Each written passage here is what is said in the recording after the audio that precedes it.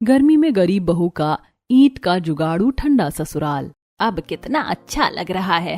हमारे पुराने वाले कूलर ने भी कभी इतनी ठंडी हवा नहीं दी जितनी ईंट वाले कूलर ने दी है। वैसे हमारी बड़ी बहू को हमारे साथ ऐसा नहीं करना चाहिए था। आखिर उनके साथ ऐसा क्या हुआ था, जानने के लिए चलिए पीछे चलते हैं। जरा जल्दी काम कर। दीदी मैं सुबह से काम कर रही हूँ और आपको पता है कि आज मेरी तबीयत बिल्कुल भी ठीक नहीं है। एक तो इतनी ज्यादा गर्मी हो रही है। अगर थोड़ा धीरे काम हो भी जाएगा तो क्या हो गया। अगर धीरे काम होगा तो बाकी काम कब होगा। चलो जल्दी हाथ चलाओ और जल्दी सारा काम खत्म करो। अगर आपको इतनी ही जल्दी है दीदी तो आप क्यों नहीं काम कर लेती। आपको भी तो थोड़ा बहुत काम करना चाहिए ना। तुम्हारी इतनी हिम्मत कि तुम मुझसे इस तरह जबान लड़ा रही हो। भूलो मत कि तुम लोग मेरे पति के टुकड़ों पर पल रहे हो। मेरे पति ने ही सब कुछ किया है। अब अगर इस घर में ढंग से रहना है तो थोड़ा बहुत काम तो करना ही पड़ेगा। और आइंदा याद रखना, मुझसे जबान लड़ाने से पहले जरा सोच लेना। इतना कहकर प्रीति गुस्से में चली जाती है और सीमा आगे बात नहीं बढ़ाती, क्योंकि वो जानती थी कि ये बात कभी भी खत्म नहीं होने वाली है। इसलिए सीमा रसोई का काम करने लगती है। वो बर्तन धो रही थी। बेहतर है कि मैं चुप रहकर ही काम कर लूं, तभी ठीक रहेगा, वरना सब खराब हो सकता है। अभी मेरी शादी को 1 महीना भी नहीं हुआ, वरना सब बातें बना देंगे कि मेरे आते ही घर अलग हो गया। एक तरफ सीमा जो चुपचाप सब बर्दाश्त कर रही थी और वहीं दूसरी तरफ प्रीति बहुत ही ज्यादा खड़ूस और घर के सारे काम सीमा से ही करवाती थी। एक दिन प्रीति बाहर से फालूदा और आइसक्रीम लेकर आती है और छुपकर अपने कमरे में अपने बेटे के साथ खाने लगती है। चल अब जल्दी खा ले, अगर किसी ने देख ली ना तो उन्हें भी देना पड़ेगा। लेकिन मम्मी दादी को भी आइसक्रीम खाने का बड़ा मन कर रहा था, तो हमें उन्हें भी आइसक्रीम दे देनी चाहिए। भला हम किसी और को अपनी चीज क्यों देंगे। जिसको खाना है खुद अपने पैसे से लेकर आएगा। वैसे ही हम कब से सबका खर्चा उठा रहे हैं। हम अकेले ही जिम्मेदार थोड़ी हैं सब चीजों के लिए। जिसको जो करना है खुद कमा कर खाएगा। वहीं दूसरी तरफ शाम को जब रजत परेशान होकर घर वापस आता है, वो अपने कमरे के बाथरूम में नहाकर कमरे में उदास होकर बैठा था। सीमा उसे कोल्ड कॉफी देती है। क्या बात है, आप इतने परेशान क्यों लग रहे हैं। बस मैं तुम्हें क्या बताऊं, इतनी जगह इंटरव्यू दिया है लेकिन कहीं पर भी जॉब नहीं मिल रही है। फ्रेशर हूं, कोई भी अभी हायर करने को तैयार ही नहीं है। आजकल मार्केट में कंपटीशन भी तो बहुत ज्यादा है। बिल्कुल सही कहा आपने। कोई बात नहीं जी, इतना मत सोचिए, सब ठीक हो जाएगा। आप कहें तो मैं जॉब कर लूं? नहीं, मेरे होते हुए तुम्हें परेशान होने की जरूरत नहीं है। कुछ ही टाइम का स्ट्रगल है, एक बार फिर जॉब मिल गई तो सब ठीक हो जाएगा। अब रात को सब साथ में बैठकर खाना खाते हैं। खाने को देखकर प्रीति गुस्से में कहती है, तुमने भला 2-3 तरह की सब्जी क्यों बनाई है। पैसे क्या पेड़ पर फ्री में उगते हैं। अरे घर में कमाने वाला एक है और खर्चे पता है कितने होते हैं। बिजली का बिल है, पानी का बिल है, चिंटू के स्कूल की फीस है, घर का लोन भी चुकाना होता है। तुम्हें क्या पता, तुम तो बस फ्री में बैठी बिठाई यहाँ पर सब मिल जाता है। अमीर बाप की औलाद जो हो, फ्री में सब खाने की आदत है। प्रीति अक्सर ही या तो ताने कसा करती थी या फिर छोटी छोटी चीजों पर सबको खरी खोटी सुनाया करती थी। प्रीति की इन आदतों की वजह से हर कोई परेशान था। तब शांति प्रीति को शांत करवाते हुए कहती है, प्रीति बेटा, अगर तुम्हें कुछ गलत लग रहा हो तो तुम आराम से भी तो कह सकती हो ना। तुम्हें सीमा को इस तरह की बातें नहीं कहनी चाहिए। अगर ऐसी बातें ना कहूं तो और कैसी बातें कहूं। आपको भी कोई प्रॉब्लम थोड़ी है मम्मी जी। आप सबके खर्चे अच्छे से पूरे हो तो रहे हैं। इस तरह प्रीति घर में अक्सर ऐसा ही करती थी। आज घर में प्रीति का पति रोहन नहीं था, वो बिजनेस मीटिंग में बाहर गया था। इसलिए प्रीति सबको और ज्यादा बोलती है, लेकिन कोई भी आगे प्रीति को जवाब नहीं देता, क्योंकि यह प्रीति का हर रोज का हो गया था।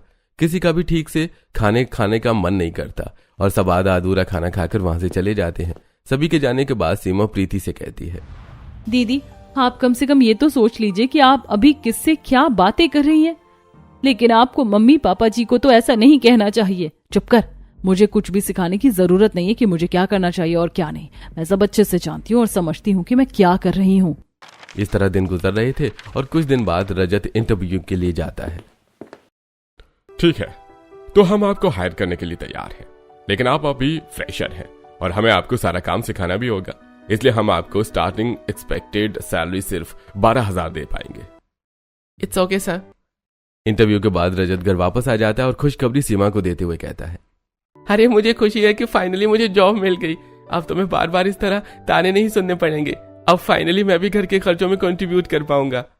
बाकी सब तो ठीक है, लेकिन मुझे नहीं लगता कि दीदी के ताने कम होने वाले हैं। उन्हें तो एक अलग ही लेवल का घमंड है। कहते हैं ना कि किसी इंसान की फितरत इतनी आसानी से बदलती नहीं है।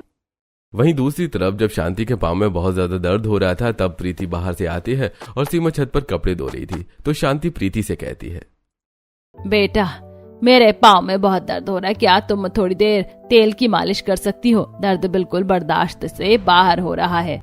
ओहो मम्मी जी, आप भी कितना ज्यादा ओवर रिएक्ट कर रही हैं। नॉर्मल सा दर्द है, पेन किलर ले लीजिए, ठीक हो जाएगा। अब अलग से मालिश करके क्या, मुझे भी और बहुत से काम हैं। इतना कहकर प्रीति वहां से चली जाती है और सीमा पीछे थी तो वो प्रीति का ये जवाब सुन लेती है और देखती है कि शांति काफी परेशान हो गई है। तब सीमा शांति के पास आकर कहती है, कोई बात नहीं मम्मी जी, आपको परेशान होने की जरूरत नहीं है, मैं आपकी मालिश कर देती हूँ। तब सीमा थोड़ा सा सरसों का तेल गरम करके लाती है और उसके बाद शांति के घुटनों पर अच्छे से मालिश करने लगती है। उसके पैरों की मालिश करते हुए सीमा कहती है, मम्मी जी आगे से आपको कोई भी काम है तो आप कभी भी दीदी को मत कहना, क्योंकि दीदी हमेशा खड़ूस और बदतमीजी वाले ही जवाब देती है। मुझे तो बहुत गुस्सा आता है, सच बताऊं तो। आगे से आपको भी जो काम है आप सीधा मुझे कह देना, मैं आपका सारा काम कर दूंगी। सच में बेटा, मैं धन्य हो गई तेरी जैसी बहू पाकर। अगर मेरी जिंदगी में सिर्फ बड़ी बहू की तरह छोटी बहू भी उसके जैसी ही आ जाती तो मेरी जिंदगी तो बिल्कुल ही नरक हो जाती। ये हमेशा से ही एकदम खड़ूस थी। शुरुआत में जब रोहन यहाँ रहता था तब इसकी इतनी हिम्मत नहीं थी कि ये हमें इतना कुछ कह सके, लेकिन इंसान की एक्टिविटी और सारी चीजों से पता चल जाता है कि वो क्या चाहता है। रोहन के जाने के बाद तो इसके और पर खुल गए हैं। अब तो ये किसी को कुछ नहीं समझती। मुझे तो ऐसा लगता है कि भाभी चाहती ही नहीं है कि हम उनके साथ उनके घर में रहें। मेरे भी घर वालों ने मुझे बेदखल कर दिया। उन्हें मेरी और रजत जी की शादी बिल्कुल भी मंजूर नहीं। कोई बात नहीं बेटा, माँ बाप का गुस्सा तो कुछ समय का होता है। मुझे उम्मीद है कि अगर तुम उन्हें मनाओगी तो वो जरूर तुम्हारी बात मान जाएंगे और तुम्हें वापस अपना लेंगे। उम्मीद है मम्मी जी कि ऐसा हो जाए। 1 महीना हो गया उनसे बात नहीं की और ना ही उनसे मिलना हुआ है। मुझे उनकी बड़ी चिंता सताती है। वहीं दूसरी तरफ सीमा के मायके में, आज क्या हमें एक बार अपनी बेटी से बात कर लेनी चाहिए? मुझे तो चिंता रहती कि पता नहीं कैसी होगी। अरे जैसी भी होगी, हमें उससे क्या लेना देना है? उसने हमारी बात नहीं मानी और अपनी मर्जी से जाकर शादी कर ली। हमारा पूरा स्टैंडर्ड खराब कर दिया। अब जो भी होगा, जैसा भी होगा, उसे खुद देखना होगा। वहीं दूसरी तरफ प्रीति घर का कोई काम नहीं करती और सीमा घर का सारा काम करती थी। कुछ दिन ऑफिस में काम करने के बाद एक दिन रजत काम से उदास होकर आता है। माफ करना, लेकिन मैंने काम छोड़ दिया है। लेकिन आपने ऐसा क्यों किया? एक तो मुझे इतने कम पैसे मिल रहे थे, ऊपर से उन्होंने मेरा जीना हराम कर दिया था। बड़ी मुसीबत हो रही थी। इतना ज्यादा काम करवाते हैं और ऊपर से इतना टॉक्सिक एनवायरनमेंट था कि मेरा वहां पर काम करने का बिल्कुल भी मन नहीं कर रहा था। कोई बात नहीं, आपको इतना परेशान होने की जरूरत नहीं है। हम दोबारा कहीं और काम देख लेंगे। दोनों सोने के लिए लेट जाते हैं, लेकिन रात को दोनों को बहुत गर्मी लग रही थी। हमारे कमरे में तो ये पंखा ही बस बड़ी मुश्किल से चल रहा है। मैंने सोचा था कि काम करूंगा तो सबसे पहले अपने कमरे में कूलर या एसी लगवा लूंगा, लेकिन मैंने तो पहले ही काम छोड़ दिया। कोई बात नहीं, कहीं दोबारा अच्छी जगह काम मिल जाएगा तो लगवा लेंगे, लेकिन उससे पहले हमें मम्मी जी और पापा जी के कमरे में लगवाना है, क्योंकि उनके कमरे में बहुत पुराना कूलर है। एक तरफ रजत और सीमा के कमरे में तो कूलर भी नहीं था और शांति और रमेश के कमरे में बहुत पुराना कूलर था। पता नहीं ये कूलर हवा देता भी है कि सिर्फ आवाज ही करता है। मुझे तो अभी भी इतनी गर्मी लग रही है, कितने ज्यादा पसीने आ रहे हैं। अभी जैसा कूलर मिला है उसी में काम चला लो, पता चले कि बाद में ये भी हाथ से चला गया। बड़ी बहू के जैसे तेवर हैं, उससे कुछ उम्मीदें करना ही बेकार है। वहीं दूसरी तरफ प्रीति आराम से एसी में बैठकर अपने पति से बात कर रही थी। वहां पर सब ठीक तो है ना? अब तो मुझे बाहर ही रहना पड़ता है, मैं घर पर भी नहीं आ पाता। यहाँ पर सब ठीक है, आपको यहाँ की चिंता करने की जरूरत नहीं है। और तुमने मम्मी और पापा के कमरे में नया कूलर तो लगवा दिया है ना? मैंने तुम्हें पैसे भेजे थे सभी के कमरे के लिए अलग अलग कूलर लेने के लिए। 40,000 में तो 3 कूलर आ ही गए होंगे। गर्मी में सब परेशान होते थे, तो इस बार मैंने पहले ही पैसे दे दिए, क्योंकि उस समय कूलर थोड़ा डिस्काउंट पर मिल जाता है। हाँ बिल्कुल, आपने जो पैसे भेजे थे मैंने उनका बहुत अच्छे से इस्तेमाल किया है। आपको यहाँ की चिंता करने की जरूरत नहीं है, बल्कि यहाँ का टेम्परेचर तो एकदम ठंडा हो गया है। बड़ा मजा आ रहा है। फिर तो बहुत अच्छी बात है। बात करने के बाद प्रीति कॉल कट कर देती है और खुद से कहती है, मैंने तो उन सब पैसों का अपने लिए एसी लगवा लिया है। सर्दियों तक तो वो यहाँ आएंगे ही नहीं, तब तक कैसे ना कैसे करके उनके पैसे मांग लूंगी। और एक कूलर डिस्काउंट में खरीद लूंगी। लेकिन कैसे भी करके सीमा और रजत अगर इस घर में चले जाते हैं तो मजा आ जाएगा। वैसे भी उन दोनों को इस घर में देखकर मुझे बड़ा गुस्सा आता है, क्योंकि इस घर को बनाने में सिर्फ मेरे पति की कमाई है। कल को हिस्सा मांग सकते हैं। अब प्रीति को तो लड़ाई का मौका चाहिए था और रजत के काम छोड़ने वाली बात जैसी प्रीति को पता चलती है तो वो फिर से उन दोनों को सुनाने लगती है।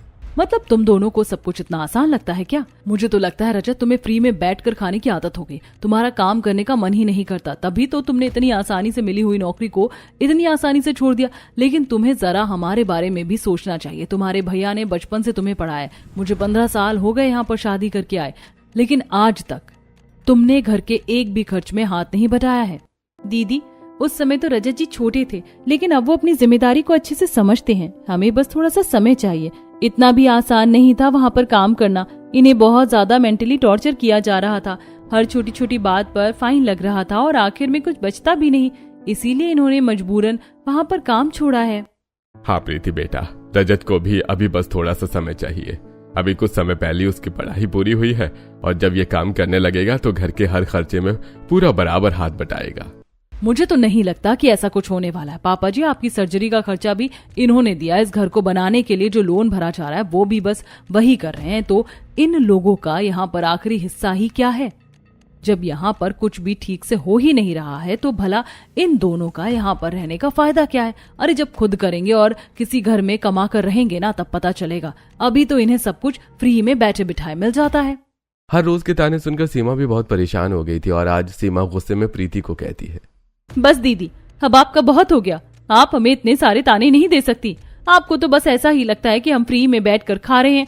आप घर का कोई काम नहीं करती, लेकिन सारे घर का काम सिर्फ मैं करती हूँ। यहाँ तक कि मेरे पास कुछ सेविंग थी, मैंने घर के खर्च के लिए आपको पैसे दिए, लेकिन फिर भी आप ये सब बातें दोहराती रहती है।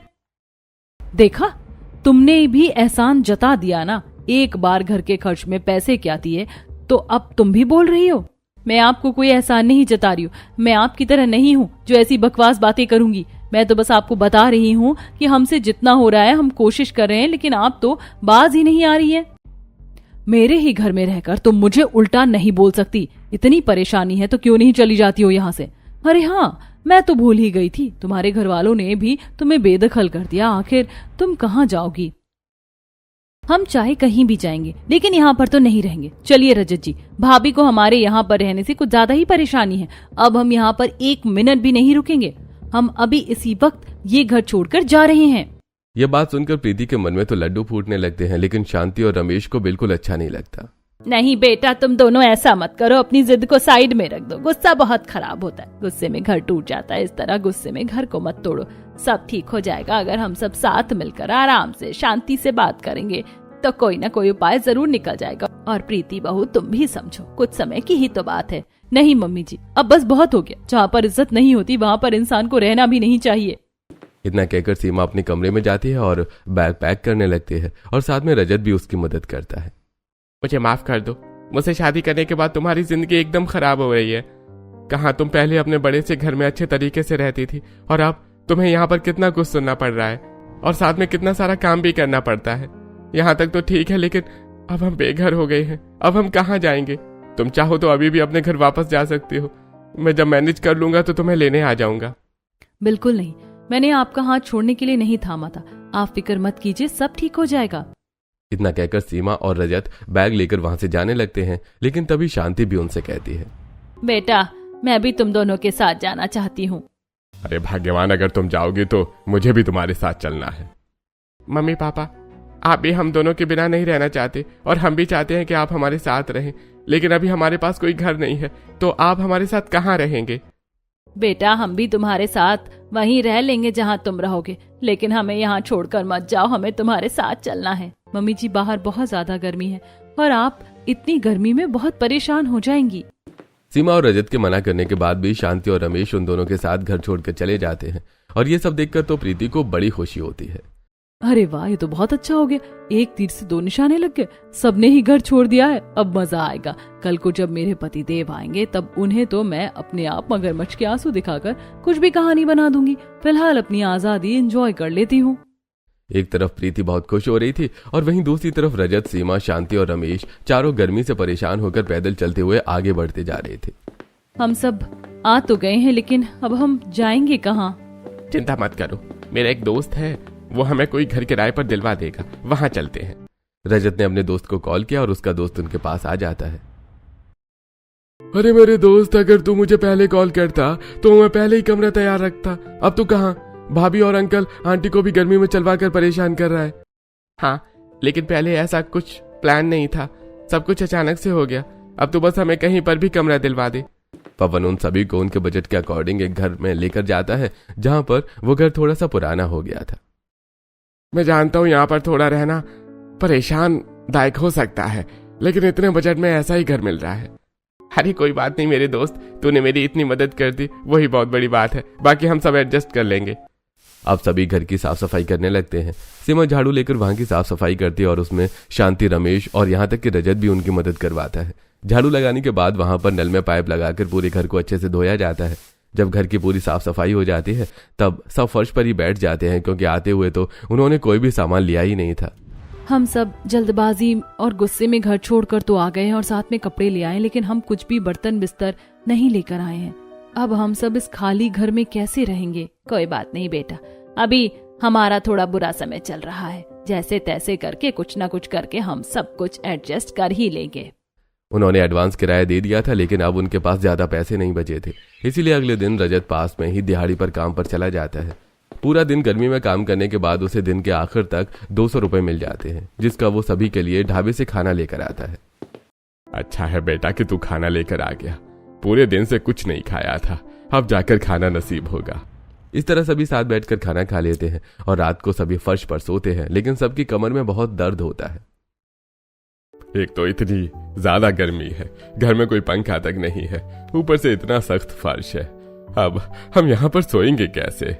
अजी आप बार बार इस तरह शिकायत मत कीजिए, बच्चे पहले ही बहुत परेशान हैं। हम सबको भी परेशानी हो रही है, लेकिन क्या करें, हमें थोड़ा बहुत तो करना ही होगा।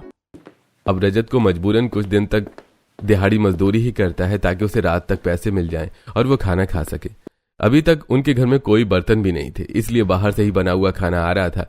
ये सब देखकर सीमा कहती है, देखिए अभी हमारे पास कोई ऑप्शन नहीं है, क्योंकि हमें कहीं नौकरी नहीं मिल रही, और अगर नौकरी मिल भी जाएगी आपको तो 1 महीना हम कैसे गुजारेंगे, क्योंकि सैलरी तो महीने के बाद ही आएगी।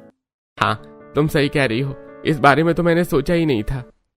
मेरे पास एक सॉल्यूशन है, मैं कहीं पर नौकरी कर लेती हूँ और जैसे ही मेरी सैलरी आएगी आप ये दिन की मजदूरी का काम छोड़कर कहीं कंपनी में अच्छी जगह काम करना शुरू कर देना। इस तरह ये समस्या सॉल्व हो जाएगी। और बाकी क्या समस्या है? समस्या ही समस्या है। हमारे पास बिस्तर नहीं है, मम्मी जी पापा जी को फर्श पर सोने में बड़ी दिक्कत होती है, छत भी हमारी सिर्फ टीन की ही शेड है, बिल्कुल उबल जाती है और गर्मी अंदर तक आती है। मैं इतने दिनों से मजदूरी का काम कर रहा हूँ, तो छत की मरम्मत तो मैं कर दूंगा। हाँ आप ऐसा कर दीजिए, क्योंकि अभी पंखा भी नहीं है तो वैसे ही बहुत गर्मी लगती है और सूरज की रोशनी उबल कर घर के अंदर आएगी तो और ज्यादा परेशानी हो जाएगी। अब रजत कुछ ईंटों का इंतजाम करता है और उसके बाद थोड़ी बहुत सीमेंट लेकर आता है। तब वो सीढ़ी लगाकर जो टीन का शेड होता है उसके ऊपर सीमेंट लगाकर ईंट को अच्छे से कवर कर देता है। काफी देर की मेहनत के बाद उसका काम पूरा हो जाता है और आखिरकार पूरी टीन ईंट और सीमेंट से कवर हो जाती है। चलो आखिरकार सारा काम खत्म हो गया। हाँ अब घर के अंदर थोड़ा कम गर्मी लगेगी। इस तरह उन्होंने ईंट से छत को कवर कर दिया था। वहीं दूसरी तरफ सीमा ने भी जॉब के लिए अप्लाई करना शुरू कर दिया था। कुछ दिनों के इंतजार के बाद उसका इंटरव्यू होता है और वहां पर उसका सिलेक्शन हो जाता है। घर आकर सीमा सबको खुशखबरी देती है, फाइनली मुझे जॉब मिल गई। ये तो बहुत अच्छी बात है। चलो अब भगवान की कृपा से सब ठीक हो जाएगा। इस तरह दिन गुजरते हैं, लेकिन सब गर्मी में बहुत ज्यादा परेशान हो रहे थे।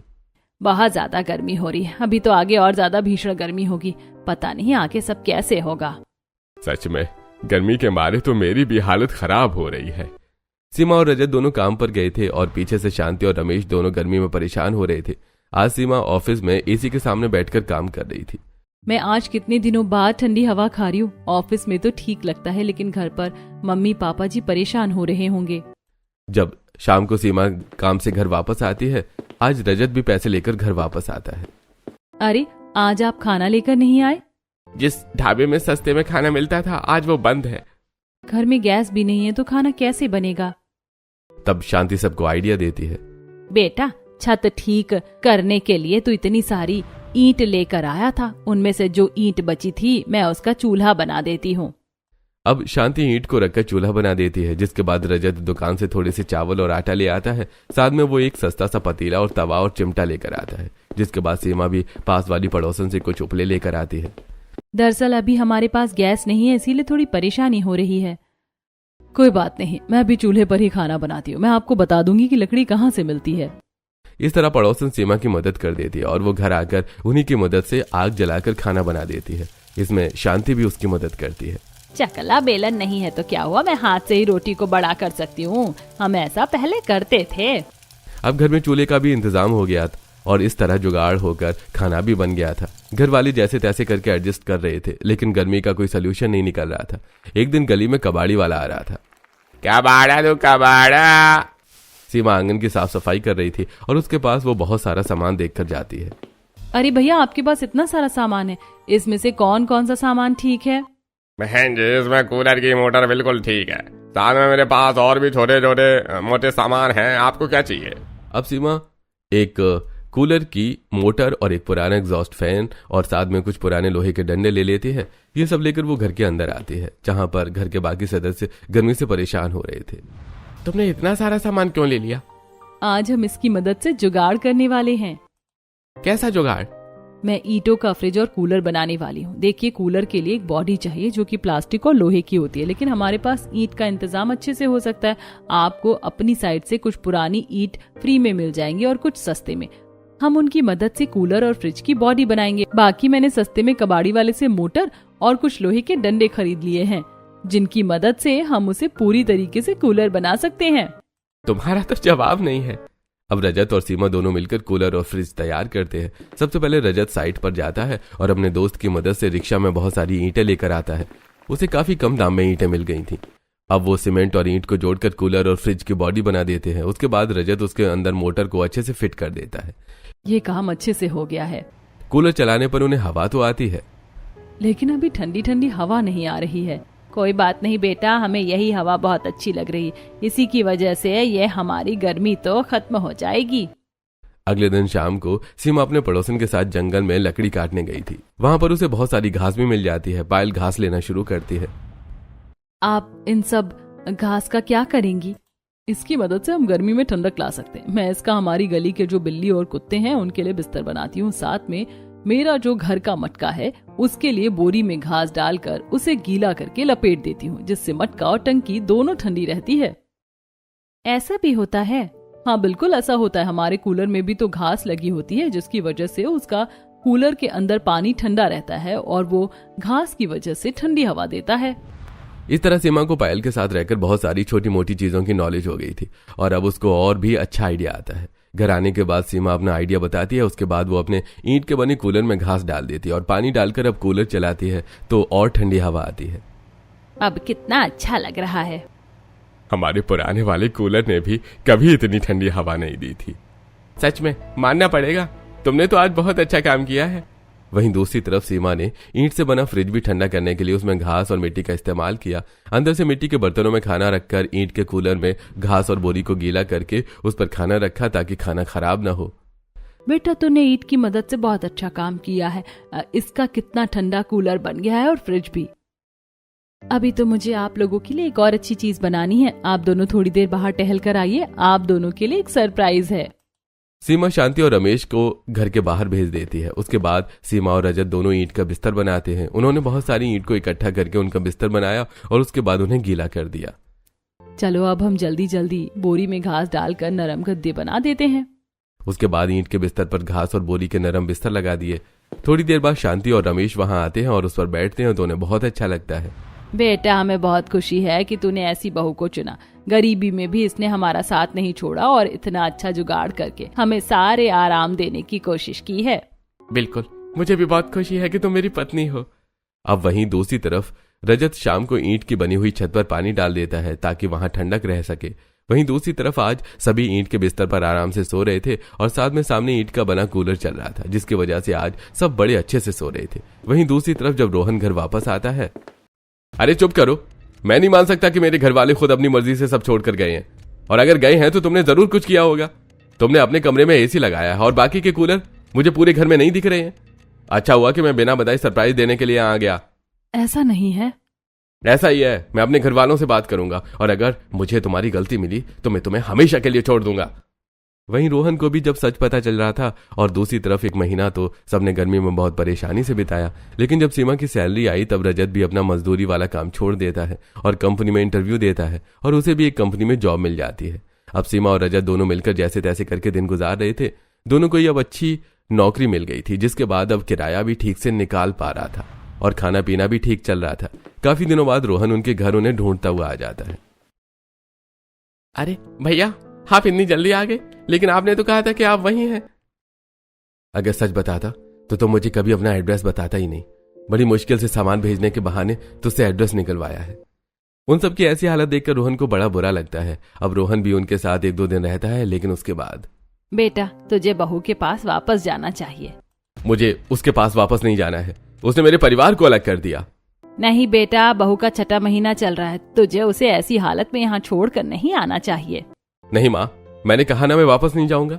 मुझे कुछ ठीक नहीं लग रहा था और पिछले कई दिनों से आपसे बात नहीं हो पा रही थी। तब मैंने अचानक घर आने का फैसला किया और आने के बाद वो बहाने बनाने लगी, लेकिन फिर एक दिन मैंने उसकी बात सुन ली और सच सामने आ गया, वरना मुझे तो कभी सच पता ही नहीं चलता। सभी के समझाने के बाद भी रोहन वापस नहीं जाता और कुछ दिन बाद उनके पास खबर आती है कि प्रीति हॉस्पिटल में है और उसकी तबीयत बहुत ज्यादा खराब हो गई है। तब सभी वहां जाते हैं। देखिए इनकी हालत को, ज्यादा ही क्रिटिकल है और आप लोगों को इनका बहुत ध्यान रखना होगा, वरना बच्चा और माँ दोनों की ही जान खतरे में हो सकती है। अब उसके बाद प्रीति का इतना कोई भी ध्यान नहीं रखता जितना सीमा और शांति रख रहे थे। ठीक है दीदी, मैं अपने घर चलती हूँ। मेरे बच्चों को स्कूल भी जाना होता है और बहुत काम होते, मैं अब ज्यादा दिन यहाँ नहीं रह सकती। प्रीति की भाभी तो 2 दिन बाद ही वापस आ जाती है, लेकिन सीमा और शांति वहां रहकर उसका ध्यान रख रहे थे। यहाँ तक कि सीमा ने भी जॉब से छुट्टी ले ली थी। ये सब देखकर प्रीति को बुरा लगता है। रोहन भी प्रीति से ठीक से बात नहीं कर रहा था। सीमा, मम्मी जी, आप दोनों मुझे माफ कर दीजिए। मेरी वजह से पूरा परिवार बिखर गया। ये भी मुझसे बात नहीं कर रहे हैं। आप प्लीज मुझे माफ कर दीजिए। वापस यहाँ आकर रहने लग जाइए। नहीं दीदी, हम वापस आपके साथ आकर कैसे रह सकते हैं? पहले आपने इतना कुछ कहा, क्या भरोसा है कि कल को फिर से वही सब नहीं होगा? प्रीति अपने किए पर शर्मिंदा थी, लेकिन सीमा ने यहाँ रहने से मना कर दिया था। प्रीति बहुत उदास रहने लगी थी और सीमा देखती है कि प्रीति और रोहन का रिश्ता बिखर रहा है। तब सीमा और रजत एक फैसला लेते हैं। हम वापस इस घर में आने को तैयार हैं, लेकिन हम ऊपर वाले फ्लोर पर रहेंगे। ये बात सुनकर प्रीति बहुत खुश हो जाती है। मुझे बहुत खुशी है कि तुम दोनों ने कम से कम इस रिश्ते को बचाने के लिए फिर से एक नया चांस तो दिया मुझे। देखना, इस बार मैं सब कुछ ठीक कर दूंगी। सीमा, रजत, शांति और रमेश के वापस आने के बाद अब रोहन भी ठीक हो गया था और प्रीति भी अब सुधर गई थी। हालांकि सब कुछ अचानक से ठीक नहीं हुआ, लेकिन जो रिश्ते बिगड़े थे वो अब धीरे धीरे ठीक हो रहे थे। रजत और सीमा किराए वाला घर खाली कर रहे थे। तभी वहां पर कोई नए किराएदार आते हैं जो काफी गरीब लग रहे थे। उनके पास भी ज्यादा सामान नहीं था। सुनिए, आप अपना बिस्तर और बाकी सामान भूल गए हैं। दरअसल ये हमारे किसी काम का नहीं है, बस आप हमें 1-2 दिन दीजिए, जिसे जरूरत होगी हम सामान उन्हें दे देंगे। हमने अपनी जुगाड़ से गर्मी से बचने के लिए ऐसा किया था। हम कल तक हटवा देंगे। अगर आप बुरा न माने तो क्या इस सामान को हम इस्तेमाल कर सकते हैं? हमारे पास भी बिस्तर नहीं है और ना ही फ्रिज है। यहाँ का किराया बहुत कम है, बस वही मुश्किल से चल रहा है। बिल्कुल, आप चाहें तो इस्तेमाल कर सकते हैं। यहाँ ईंट का कूलर भी है।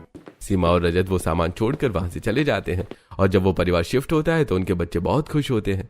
पापा, ये देखो कितनी ठंडी हवा दे रहा है और हमारे पास हमारा बिस्तर भी है। हाँ, और ये बहुत मुलायम भी है।